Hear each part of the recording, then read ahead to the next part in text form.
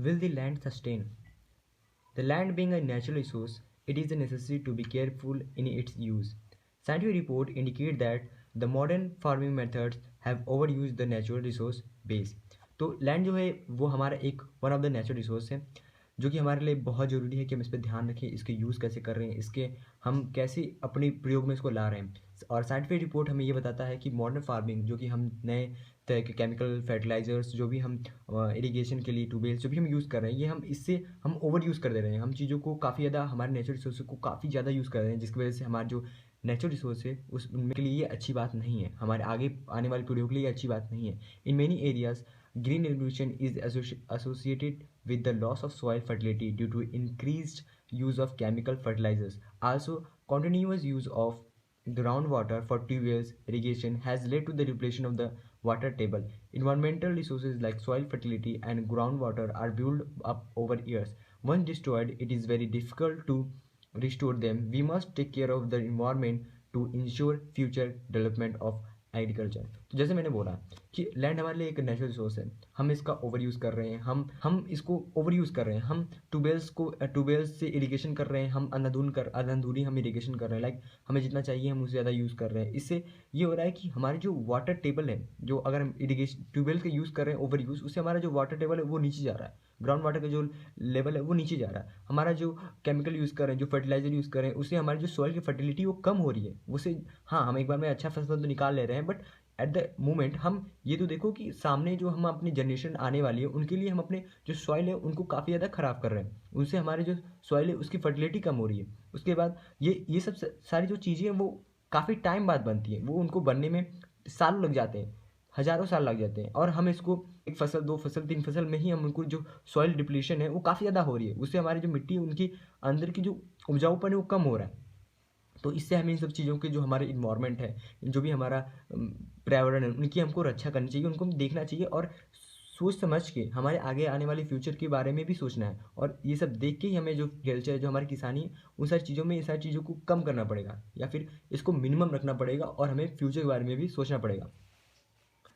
Chemical fertilizers provide minerals which dissolve in water and are immediately available to plants, but they may not be retained in the chemical fertiliser जो है वो एक mineral से वो provide तो करती है, वो घुल के वो जो मिनरल से वो प्रोवाइड करती है जो, but they may not be retain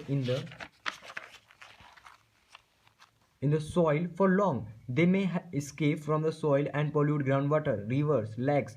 लेकिन वो हमारे जो सॉइल में ज़्यादा रहती नहीं है, वो हमारे ग्राउंड वाटर, वो हमारे रिवर्स और लैक्स को काफ़ी ज़्यादा पोल्यूट करती है, प्रदूषित करती है। Chemical fertilisers can also kill bacteria and other micro organism in the soil. This means sometimes after their use the soil will be less fertile than ever before, down to earth new Delhi.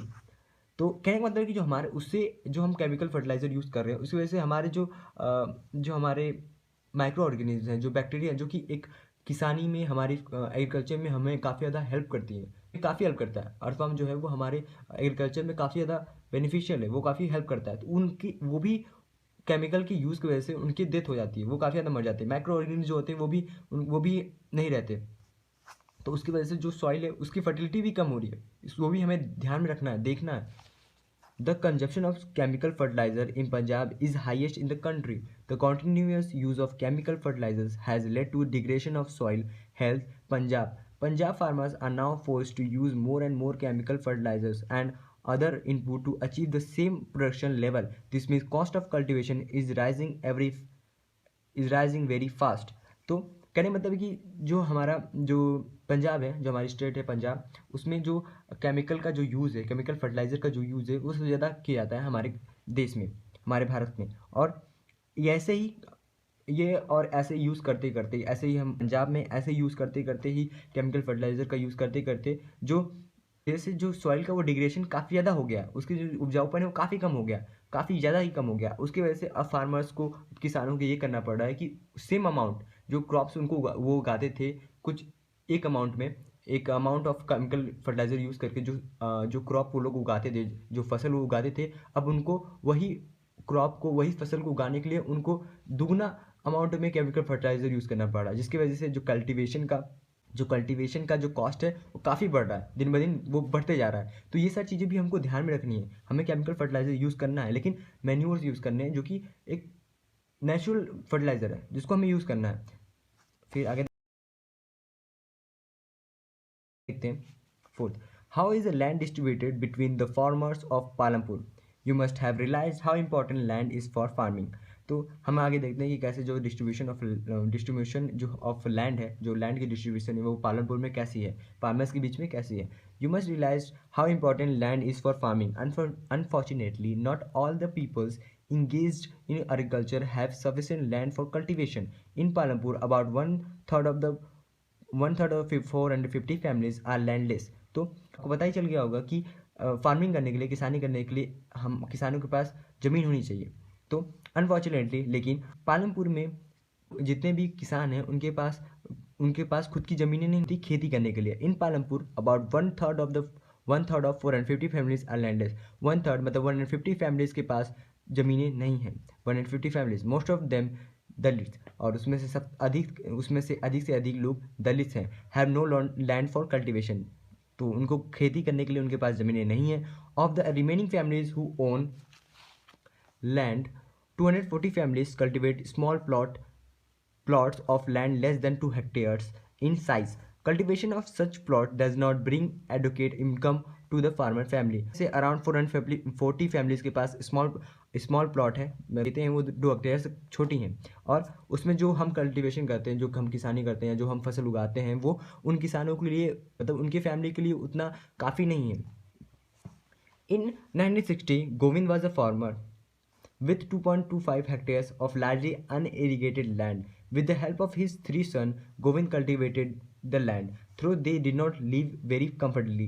The farmer managed to feed itself with a little bit of extra income from one buffalo that the family possessed. Some years after Govind's death, this land was divided among 3 sons. Each one now have a plot of land.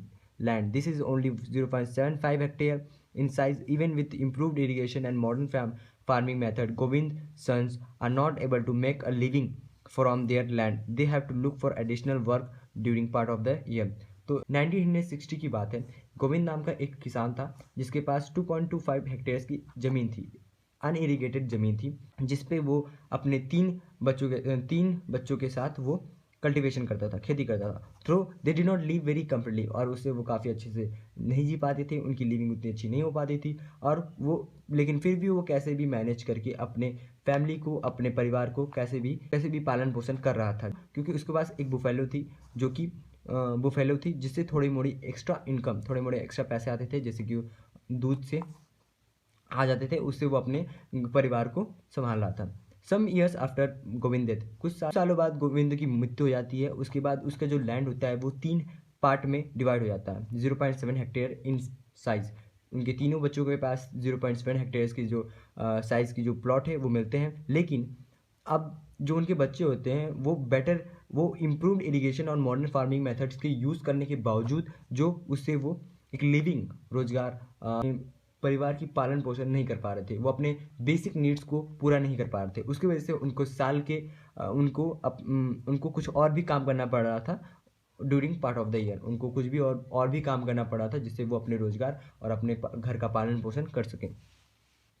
You can see the large number of small plots scattered around the village in the picture. These are cultivated by the small farmers. On the other hand, more than half of the area of the village is covered by plots that are quite large in size. In Palampur, there are 60 families of medium and large farmers who cultivate more than 2 hectares of land. A few of large farmers have land extending over 10 hectare और मोर। तो जैसा आप देख सकते हैं you can कि small plot को on करने वाली जितनी फैमिलीज थी वो काफ़ी ज़्यादा थी स्मॉल गांव में, फार्मर्स के लेकिन पास छोटी और कम ज़मीनें भी थी जिन बहुत पे वो ज़्यादा थी। इरिगेशन करते दीज थे। Are cultivated by the small farmers. Palampur there are 60 families of medium and large farmer who cultivate more than 2 hectares of land. और वहीं पे 60 फैमिलीज जो थी वो उनके पास करीबन मीडियम और लार्ज फार्मर थे जिनके पास 2 हेक्टेयर से ज़्यादा ज़मीनें थी। वहीं पे a few of large farmers have land extending over 10 hectare of more. वहीं पे 10 फैमिलीज ऐसी थी जिनके पास 10 हेक्टेयर से भी ज़्यादा बड़ी ज़मीनें थी।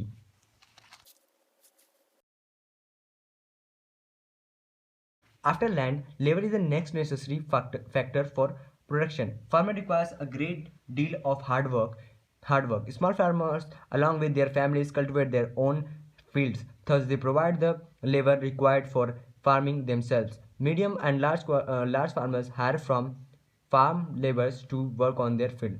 तो कहने का मतलब है कि आसानी होती है, वो काफ़ी हार्ड वर्किंग होती है, काफ़ी ज़्यादा उसमें मेहनत लगता है। तो जो स्मॉल फार्मर थे वो जो स्मॉल फार्मर थे उनके पास स्मॉल प्लॉट्स थे, तो वो क्या करते थे कि वो अपने घर के लोगों को लेकर ही उसमें खेती कर लेते थे, वो अपने जो क्रॉप्स है उनको उगा लेते थे। लेकिन वहीं पे जो मीडियम एंड लार्ज फार्मर थे वो हायर करते थे फार्म लेबर्स, वो मजदूरों को हायर करते थे, उनको बेच देते थे और कम अमाउंट में बेच देते थे। जो लैंडलेस थे और जो स्मॉल फार्मर्स थे उनको भी वो जो मजदूरी थी वो करनी पड़ती थी ताकि वो अपना रोजगार रोटी कर पाए।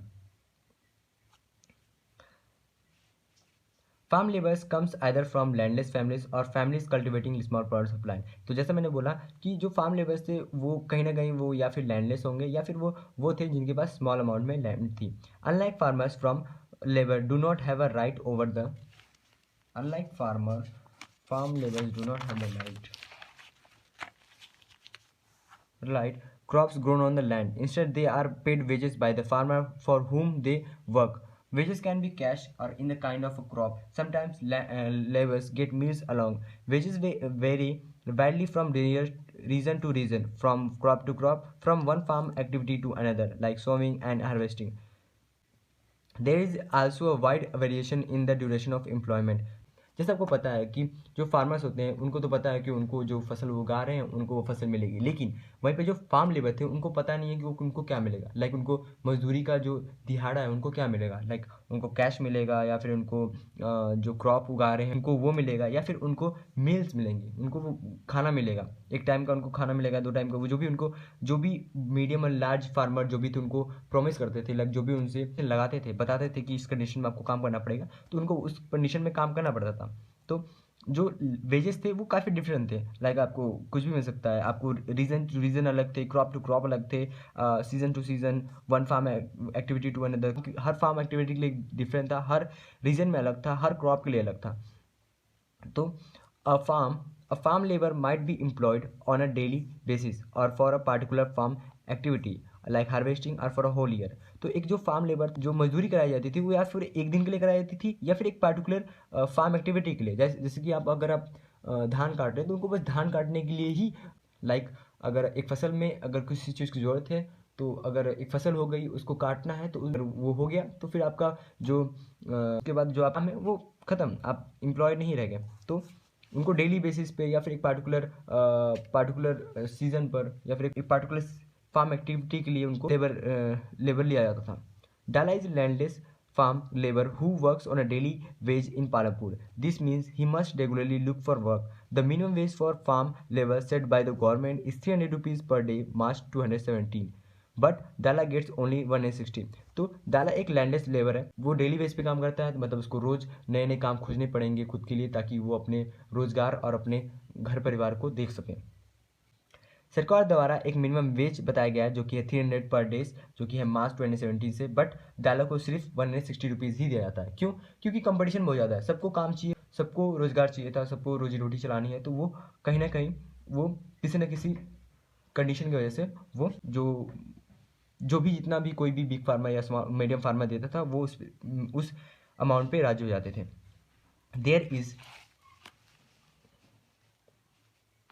There is heavy competition for work among the farm laborers in Palampur, so people agree to work for lower wage. Dala complains about his situation to Ramkali, who is another farm labor. Both Dala and Ramkali are among the poorest people in the village. तो जैसे मैंने बताया कि पालनपुर में काफ़ी ज़्यादा competition था farm labour को लेकर या फिर किसी और भी चीज़ों के लिए एक्टिविटी को लेकर, क्योंकि वहाँ पर रोजी रोटी नहीं चल रही थी, लोगों को अपने खाने का, अपने बेसिक नीड का ध्यान देना था, उसकी वजह से वो किसी भी अमाउंट पे, किसी भी छोटे अमाउंट पे, कम से कम अमाउंट पे वो काम करने के लिए राजी हो जा रहे थे। और ये बात डाला है वो डाला कंप्लेन कर रहा था एक राम काली को, जो कि एक और फार्म लेबर है और दोनों फार्म लेबर है, और both Dala and Ramkali are among the poorest people in the village, और वो उन लोगों में से थे जो कि बहुत ज़्यादा गरीब थे, डाला और रामकाली। सो The capital needed in farming. You have already seen that the modern farming methods requires a great deal of capital, so that the farmer now needs more money than before. तो जैसा आप देख सकते हैं कि मॉडर्न फार्मिंग में irrigation करने के लिए, आपको केमिकल फर्टिलाइजर यूज़ करने के लिए, तो आपको ज़्यादा कैपिटल चाहिए फार्मिंग करने के लिए, किसानी करने के लिए, और वो दिन ब दिन आपको हर क्रॉप के साथ वो बढ़ रहा है.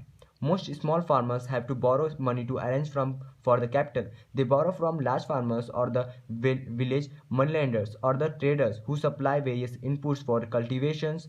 The rate of interest on such loans is very high. They are put to great distress to repay the loan. Small farmer मुश्किल से ही अपनी रोजी रोटी, अपने रोजगार को चला पा रहे हैं और वो खुद के बेसिक नीड को पूरी कर पा रहे हैं उस थोड़े से ज़मीन पे, स्मॉल प्लॉट पे, जो कि काफ़ी कम है, उनके परिवार के लिए काफ़ी कम है. उनसे फसल निकालने में वो उस बेसिक नीड को भी पूरा नहीं कर पा रहे, और वहीं पे उनको नए क्रॉप के लिए, जो कि नए फसल को लगाने के लिए, जो भी उनको सीड्स चाहिए, केमिकल फर्टिलाइजर्स चाहिए, जो भी उनको इरिगेशन करने के लिए, जो भी उनको पानी चाहिए, उसके लिए जो भी पैसे चाहिए, जो भी कैपिटल चाहिए, वो कहीं ना कहीं उनको लोन लेना पड़ता था. कहीं ना कहीं वो उनको मनी लेंडर्स के पास जाना पड़ता था, या फिर उनको बिग फार्मर के पास जाना पड़ता, या फिर ट्रेडर्स जो कि उनको वो इनपुट करते थे, वो कल्टीवेशन करने के लिए, फसल लगाने की जो भी चीज़ें उनको देते थे, उनके पास उनको जाना पड़ता था और लोन लेना पड़ता था. और लोन लेने के लिए उनको या तो किसी कंडीशन पे, या फिर बहुत ज़्यादा ही हाई रेट ऑफ इंटरेस्ट पे उनको लोन दिया जाता था, या फिर उनके बड़े बड़े किसानों के खेतों में काम करना पड़ता था, वो भी लो वेज पे. तो ऐसे डिफरेंट कंडीशन लगाए जाते थे लोन ले सके. ऐसे Savita is a small farmer. She plans to cultivate wheat on her 1 hectare of land. Besides seed, fertilizer, and pesticides, she needs cash to buy water and repair her farm instruments. She estimated that the working capital itself would cost a minimum of 3,000. She did not have the money, so she decided to borrow them from Tejpal. Savita जो थी वो एक किसान थी, जो plan कर रही थी कि वो कल्टीवेट करेंगी, वो फसल लगाएंगी गेहूं का अपने 1 हेक्टेयर की ज़मीन पर. उनको ज़मीन पर बिसाइड सीड फर्टिलाइज़र और पेस्टिसाइड के सिवा उनको कैश भी चाहिए था, ताकि वो इरिगेशन के लिए इरिगेशन कर पाए, और अपने कुछ फार्म इंस्ट्रूमेंट थे उनको रिपेयर कराने के लिए उनको estimated that the working capital itself would cost a minimum 3,000, और उसके लिए उनको चाहिए था around 3,000 minimum. She doesn't have the money, उनके पास पैसे नहीं था, सो वो सोचती हैं कि वो जाएंगी तेजपाल सिंह के पास, जो कि गाँव के one of the big farmer में से एक थे. Tejpal Singh agrees to give Savita the loan at an interest rate of 44% for 4 months, which is a very high interest rate. Savita also has to promise to work on his field as a farm labor during the harvest season at the 100 rupees per day. As you can tell, this wage is quite low. Savita knows that she will have to work very hard to complete harvesting on her own field and then work on as a farm labor for Tejpal Singh. The harvest times is a very busy time. As a mother of 3 children, she has a lot of household responsibilities. Savita agrees to these tough conditions as she knows getting a loan is difficult for a small farmer. तो तेजपाल सिंह मान जाता है कि उनको वो loan देगा, लेकिन उसका कहना था कि वो 24% इंटरेस्ट रेट पे ही वो देगा, वो भी 4 महीने के अंदर उनको वापस करना पड़ेगा. 4 महीने के बाद उनको 4 महीने के अंदर उनको वापस करना पड़ेगा. जैसा आप देख सकते हैं कि सविता को 100 रुपये पर डे उनको दिया जा रहा था, जो कि काफ़ी लो है. जैसे कि गवर्नमेंट ने तय किया है कि 300 रुपीज़ मिनिमम एक दिन का देना चाहिए, लेकिन उनको 100 रुपये मिल रहे थे. और ये भी कहा गया था कि वो उनके खेत पे, तेजपाल सिंह के खेत पे काम करें 100 रुपीज़ पर डे. और यही बात ये थी, सविता जो थी वो अपने खेत में भी वीट लगाना चाह रही थी, तो वो उसके लिए भी तो वो प्लान कर रही थी उसमें. और खेती करने में बहुत ज़्यादा मेहनत लगता है, तो खुद के खेत पे भी उनको काम करना है. उसके बाद उनको तेजपाल सिंह के खेत पे भी काम करना है. और वो मदर भी थी, 3 बच्चों की वो माँ भी थी, और उनको जानता था कि घर की जो काम है, जो घर की रिस्पॉन्सिबिलिटी है, उनको वो भी देखना था. तो फिर भी ये सब जानते हुए भी सविता एग्री करती हैं इन टफ कंडीशंस को, क्योंकि जानती हैं कि सविता जो होती हैं वो इन टफ कंडीशन को भी मान लेती हैं, क्योंकि उनको पता था कि जो लोन है वो काफ़ी मुश्किल से मिलता है एक स्मॉल फार्मर को. In contrast to the small farmers, the medium and large farmers have their own saving from farming. They are thus able to arrange for the capital needed. How do these farmers have their own saving? You shall find the answer in the next section. तो ये जो medium and large farmers थे, उनके पास खुद की saving होती थी. कहाँ से होती थी? वो फार्मिंग से, क्योंकि उनके पास ज़मीनें ज़्यादा थी, तो उनके जो फसल आते थे उन काफ़ी ज़्यादा होती थी, वो घर वालों के लिए बचा कर रखते थे। उसके बाद वो जो सरप्लस होती थी वो खेतों और वो बाज़ारों में वो बेच देते थे, तो उनके लिए बेच देते थे, और उन पैसों से वो नेक्स्ट सीज़न के जो क्रॉप्स हैं उनके लिए जो सीड्स चाहिए, जो फर्टिलाइजर्स चाहिए, जो उनको इरिगेशन करने के लिए जो कॉस्ट चाहिए, वो सारी चीज़ें वो देख लेते थे। उसके बाद इंस्ट्रूमेंट, वो नए ट्रैक्टर करते थे, मॉडर्न टेक्नोलॉजी से जो भी उनको इंस्ट्रूमेंट चाहिए होता था, वो सारी चीज़ें वो उनसे खरीद लेते थे, ताकि वो और भी अच्छे और ज़्यादा ज़्यादा अमाउंट में वो जो फसल है उसको नेक्स्ट सीज़न में ला पाएँ और कर पाएँ। Sale of surplus farm product. Let us suppose that the farmers have produced wheat on their land using the three factor of production. The wheat is harvested and produce is complete. Production is complete. What do the farmers do with the wheat? They retain a part of the wheat for the family consumption and sell the surplus wheat. Small farmers like Savita Govind sons have a little surplus wheat because their total production is small, and from this, a substantial share is kept for their own family needs. So it is the medium and large farmers who supply wheat to the market. हम let us suppose करते हैं कि एक farmer है, वो wheat का जो production है उसको वो कर लेता है अपने लैंड पे by the use of three factor production.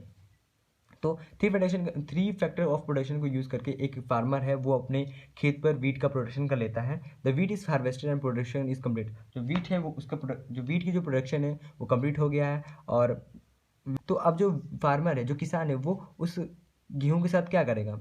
जितनी उसकी फैमिली की नीड्स होगी, जितना उसके फैमिली की कंजप्शन होगी, उस उतना वो अपने फैमिली के लिए बचा कर रख लेगा, साइड कर लेगा, और जो सरप्लस अमाउंट है वो मार्केट में सेल कर देगा। वहीं पे जो स्मॉल फार्मर्स लाइक गोविंद और सविता, वो उनका उतना सरप्लस नहीं निकलता था, क्योंकि उनका जो लैंड था वो छोटा था, और वो जो छोटा था, और वो अपने फैमिली के लिए ही उतना नहीं बनता था, और अगर बनता भी था तो उसमें से जो सरप्लस अमाउंट था वो काफ़ी कम था, और उसको बेचकर वो अगर उसमें से कुछ पैसे बना भी पाते थे तो वो नेक्स्ट सीज़न के लिए उतना काफ़ी नहीं था, उनको और चाहिए होता था। उसकी वजह से उनको कहीं ना कहीं बिग फार्मर्स या ट्रेडर्स के पास जाना पड़ता था, ताकि वो लोन ले पाए। You can see the bull carts steering into the market, each carrying loads of wheat. The traders at the market buy the wheat and sell it further to the shopkeepers in the towns and cities. तो जैसा अब आप picture 1.1 में देख सकते हैं कि जो बुल कार्ट्स है वो मार्केट में जो वीट का जो बैग है उसको लेते हुए जा रहा है, और जो बिग फार्मर है वो उसको, जो ट्रेडर्स हैं, जो दुकानदार हैं, जो कि बड़े बड़े दुकानदार हैं, वो उनको खरीद रहे हैं और कहीं ना कहीं दुकानों में पहुंचा रहे हैं, गाँव और शहरों की दुकानों में वो पहुंचा रहे हैं। Tejpal Singh, the large farmer, has a surplus of 350 quintals of wheat from all his land. He sells the surplus wheat at Raiganj market and has good earnings. What does Tejpal Singh do with his earnings? Last year, Tejpal Singh had put the most of the money in his bank account. Later, he used the saving for lending to farmers like Savita who were in needs of a loan. He also used the saving to arrange for the working capital for farming in the next season. This year, Tejpal Singh plans to use his earning to buy another tractor. Another tractor would increase his fixed capital. So, like Tejpal Singh, other large and medium farmers sell the surplus from product. A part of the earning is saved and kept for buying capitals for the next season. Thus, they are able to arrange for the capital for farming from their own savings. Some farmers might also use the saving to buy cattle, trucks, or set up shops. As we shall see, these constitute the capital for non-farm activities. तो तेजपाल सिंह जो थे अपने गांव के यानी पालमपुर के जो एक लास्ट फार्मर थे ही, उनके पास इस साल करीबन 350 क्विंटल की जो वीट है वो उनके खेतों से आई है, और वो जो वीट का जो सरप्लस अमाउंट है वो अब उनको मार्केट में बेच देंगे और एक अच्छा अमाउंट वो निकालेंगे, अच्छा गुड अर्निंग उससे इनकम वो जनरेट करेंगे। और अब तेजपाल में इन अर्निंग का करेंगे क्या? तो last year Tejpal had put money, तो लास्ट साल तेजपाल सिंह ने क्या किया था कि अपने बैंकों में ये सारा पैसा रख दिया था, और उसमें से कुछ पैसे वो सविता जैसी स्मॉल फार्मर्स को पैसे देकर लोन्स देने में उन्होंने लगा दिए थे। और he also use the saving to arrange for the working capital for the farming, और नेक्स्ट सीजन की फार्मिंग के लिए उन्होंने किया था और रख दिया था। लेकिन इस साल तेजपाल सिंह ने प्लान किया है कि वो इस साल के अर्निंग प्रॉफिट के जो भी उनका अर्निंग है उसे वो एक नया एक नया और दूसरा ट्रैक्टर खरीदेंगे, जिससे कि उनके जो फिक्स कैपिटल है उसमें इंक्रीजमेंट होगी। तेजपाल सिंह जैसे ही बड़े बड़े जो मीडियम फार्मर्स है, वो जो surplus amount of farm crop से फसल है उसको बेच देते हैं और एक अच्छा इनकम जनरेट करते हैं। और ऐसे ही वो दूसरे फसल या दूसरे सीज़न की जो फसल है उसके लिए वो प्रिपेयर करते हैं। और या फिर कहीं ना कहीं वो कुछ ना कुछ या कहीं ना कहीं वो कैटल या फिर ट्रक्स या फिर कोई नए शॉप की दुकानें या फिर कुछ भी करने के लिए या फिर कुछ भी सोचते हैं या फिर लगाते हैं, वो पैसे लगाते हैं। और ये सारी चीज़ें के बारे में हम आगे पढ़ेंगे नॉन फार्म एक्टिविटीज़ में।